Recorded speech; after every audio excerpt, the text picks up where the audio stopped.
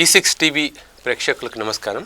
ఈరోజు సిరీస్లో first topic మనము అంగస్తంభన ప్రాబ్లం గురించి మనం మాట్లాడుకుందాం. దీన్ని ఇంగ్లీష్లో ఎరెక్టైల్ డిస్ఫంక్షన్ అంటారు. ఈ అంగస్తంభన ప్రాబ్లం అనేది ఏ ఏజ్ వాళ్ళకు వస్తుంది? ఈరోజు ఫస్ట్ ఇంట్రడక్షన్ గురించి మాట్లాడుకుందాం. ఫస్ట్ టాపిక్లో ఏ ఏజ్ వాళ్ళకు వస్తుంది, ఎందుకు వస్తుంది, ఎలా వస్తుంది, ఈ 3 టాపిక్స్ కవర్ చేద్దాం. సో అంగస్తంభన ప్రాబ్లం అనేది ఏ ఏజ్లో అయినా రావచ్చు. ఇంతకుముందు ఒక అపోహ ఉండేది, అంగస్తంభన ప్రాబ్లం ఉంది అంటే అది 80% సైకలాజికల్ ప్రాబ్లం అని అర్థం. అంటే అది మెజారిటీ పేషెంట్స్లో ఓన్లీ సైకలాజికల్ రీజన్స్ వల్ల వచ్చేదని ఇంతకుముందు అనుకునేవాళ్ళు. కానీ ఇప్పుడు అలా కాదు. అసలు 80% పేషెంట్స్లో ఏదో ఒక రీజన్ ఉంటుంది. మనకు వీటి గురించి మాట్లాడే ముందు అసలు అంగస్తంభన అనేది ఎందుకు వస్తుంది, ఎన్ని రకాలుగా వస్తుంది అనేది ఫస్ట్ ఎన్ని రకాలుగా ఉంటుంది అనే దాని గురించి చూసుకుంటే 4 రకాలుగా ఉంటుంది. ఇది ఫస్ట్ ప్రాబ్లం ఏంటంటే సైకోజెనిక్ ఈడీ అంటాం. అంటే భయం వల్ల లేదా పర్ఫార్మెన్స్ యాంగ్జైటీ వల్ల వచ్చేదాన్ని మనం సైకోజెనిక్ ఈడీ అంటాం. అంటే ఏదో ఒక రీజన్ వల్ల ఫెయిల్ అయ్యారనుకోండి, అంటే ఫస్ట్ టైం కలవడానికి ట్రై చేసి ఫెయిల్ అయితే ఈ సెకండ్ టైం ఎప్పుడైతే మీరు కలవడానికి ట్రై చేస్తారో ఆ రోజు ఏంటి, ఫస్ట్ టైం నేను ఎందుకు ఫెయిల్ అయ్యాను అనేది మనసులో ఉంటుంది. ఎప్పుడైనా కలవడానికి ట్రై చేసినప్పుడు ఆ ఉత్సాహము, ఆ యాంగ్జైటీ అది వేరేలాగా ఉంటుంది. అంటే కలవాలి అనే తపనతో వెళ్తారు.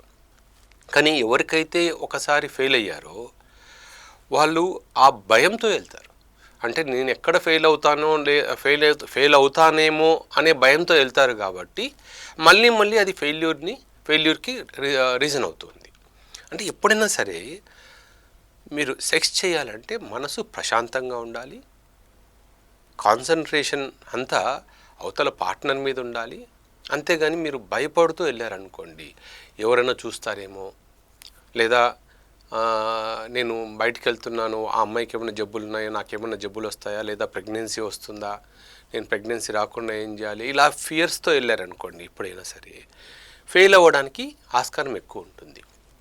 దాన్ని పర్ఫార్మెన్స్ యాంగ్జైటీ అంటాం. సో ఇలా వచ్చే వాటిని మనం సైకోజెనిక్ ఈడీ అంటాం. ఈ సైకోజెనిక్ ఈడీ గురించి నేను సపరేట్గా మళ్ళీ ఒక వీడియో చేస్తాను.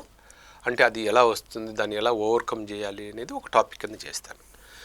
రెండో రీజన్ ఏంటంటే హార్మోనల్ ఎరెక్టైల్ డిస్ఫంక్షన్ అంటాం. అంటే మన బాడీలో ఉన్న ఏవైతే హార్మోన్స్, సెక్స్కి సంబంధించిన హార్మోన్స్ ఉన్నాయో ఆ హార్మోన్స్లో ఇంబ్యాలెన్స్ వల్ల మనకు ఎరెక్టైల్ డిస్ఫంక్షన్ వస్తుంది. ఏమేమి హార్మోన్స్ మనకు ఇంపార్టెంట్ అంటే టెస్టోస్టిరాన్, ప్రొలాక్టిన్, థైరాయిడ్.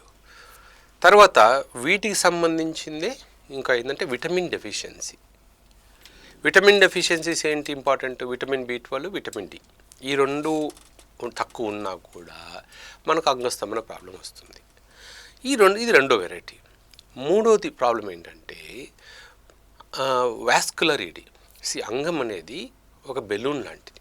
దాంట్లో 2 సిలిండర్స్ ఉంటాయి. ఈ 2 సిలిండర్స్ మనకు రక్త ప్రసరణ బాగా ఉండి రక్తం బాగా లోపలికి వెళ్తే మనకు ఆ సిలిండర్స్ బాగా ఉబ్బినప్పుడు మనకు అంగస్తంభన వస్తుంది. ఈ రక్త ప్రసరణలోనే ప్రాబ్లం ఉందనుకోండి, మనకు అంగస్తంభన అయిపోతుంది. ఇప్పుడు చూసే మేము మ్యాక్సిమం కేసెస్లో ఈ 3వ రకం వాస్కులోజెనిక్ ఈడీనే చాలా కామన్. ఎందుకు అంటే మన లైఫ్ స్టైల్ మారిపోయింది. స్మోకింగ్ అని, ఆల్కహాల్ అని, జంక్ ఫుడ్ అని, మనము బయట తినే ఫుడ్స్లో పెస్టిసైడ్స్, కెమికల్స్, తర్వాత ఈ కూరగాయల్లో ఉన్న ఆ కూరగాయల్ని వాష్ చేయకుండా కడగడము, వండించడము, వీటన్నిటి వల్ల ఏంటంటే మనకు బాడీకి తెలియకుండానే కొంచెం టాక్సిటీ మనం డే టు డే యాక్టివిటీస్లోనే వస్తుంది. ఇది కాకుండా ప్లాస్టిక్స్, మనము ప్లాస్టిక్ కప్పుల్లో కాఫీ తాగడము, ప్లాస్టిక్ కప్పుల్లో వాటర్ తాగడము, ఈవెన్ కర్రీ పాయింట్స్ నుంచి ప్లాస్టిక్ పేపర్స్లో తీసుకెళ్ళడము. ఆ వేడికి ఏమవుతుందంటే ఈ ప్లాస్టిక్ కరిగి దాంట్లో ఉన్న బిస్ఫినాల్ అనే కెమికల్ మగవాళ్ళలో ఉన్న హార్మోనల్ ఉత్పత్తిని మొత్తం డ్యామేజ్ చేస్తుంది. అలాగే బ్లడ్ వెజల్స్ని డ్యామేజ్ చేస్తుంది. ఇవన్నీ కలిపి 3 రకం అంటాం వాస్కులోజెనిక్ ఈడీ. దీంట్లో ఆర్టీరోజెనిక్, వీనోజెనిక్ని ఇంకో పేరు ఉంటుంది, సింపుల్గా వీనస్ లీక్ అంటారు. ఆర్టీరోజెనిక్ అంటే రక్తం లోపలికి సరిగా వెళ్ళలేకపోవడం, వీనోజెనిక్ అంటే లోపలికి వెళ్ళిన రక్తము అక్కడ ఉండకుండా వెనక్కి వచ్చేసారు, లీక్ అయిపోవడం. సో కొంతమందికి రెండు కలిపి కూడా ఉంటాయి. సో ఇది మూడో రకం. దీన్ని వాస్కులోజెనిక్ ఈడీ అంటాం. అంటే బ్లడ్ వెజల్స్ డ్యామేజ్ వల్ల వచ్చే ప్రాబ్లమ్ని వాస్కులోజెనిక్ ఈడీ అంటాం. ఇంకా చివరిది నాలుగో రకం ఏంటంటే న్యూరోజెనిక్ అంటాం.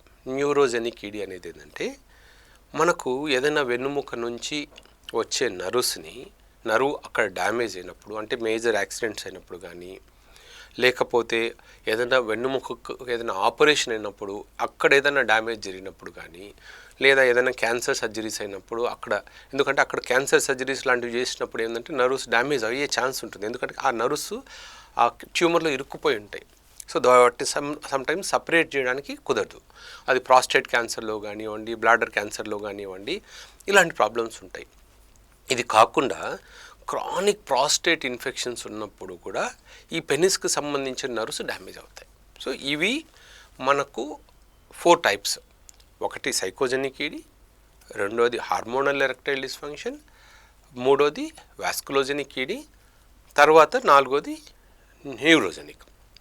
ఇప్పుడు మనం వచ్చే ఎపిసోడ్స్లో ఏంటంటే ఈ 4 టైప్స్ ఎందుకు వస్తాయి, ఎలా వస్తాయి, వాటి కారణాలు ఏంటి, ఏ టైప్ ఆఫ్ ఎరెక్టైల్ డిస్ఫంక్షన్ని ఎలా ట్రీట్ చేయాలి అనే దాని గురించి డిస్కస్ చేసుకుందాం. నమస్తే.